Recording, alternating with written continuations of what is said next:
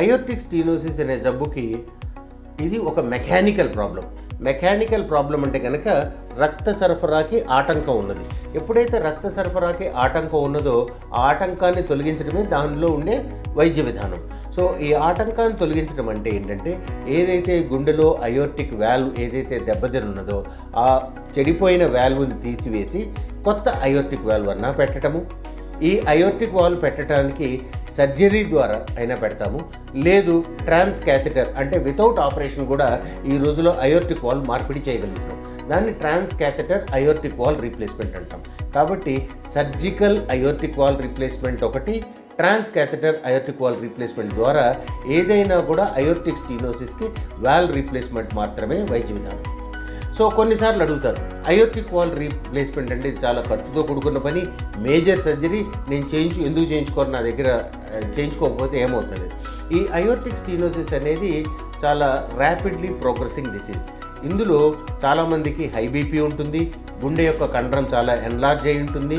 So వీళ్ళకి సడన్గా ఆయాసం రావటము, తరచూ హాస్పిటల్లో అడ్మిట్ కావాల్సిన అవసరం ఉండటము, దానికి హార్ట్ ఫెయిల్యూర్ ఉంటుందన్నమాట.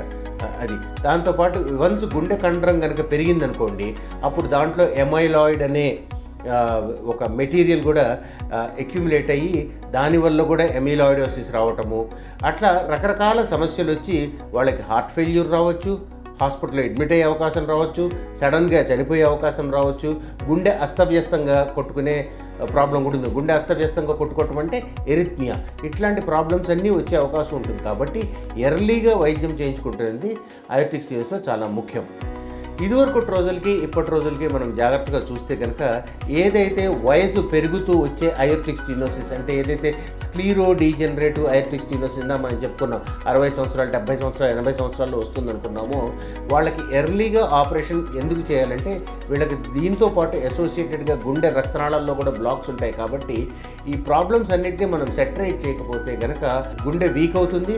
వాళ్ళ యొక్క లైఫ్ స్పాన్ యూజువల్గా 3 to 4 years మాత్రమే ఉంటుంది. ఇది క్యాన్సర్ కంటే కూడా తీవ్రంగా ఫాస్ట్గా ప్రోగ్రెస్ అయ్యే వ్యాధి, మల్టిపుల్ టైమ్స్ హాస్పిటలైజేషన్ అవసరం అవుతుంది. కాబట్టి ఎర్లీగా ట్రీట్మెంట్ చేసుకోవటం చాలా ముఖ్యం ఈ వ్యాధిలో.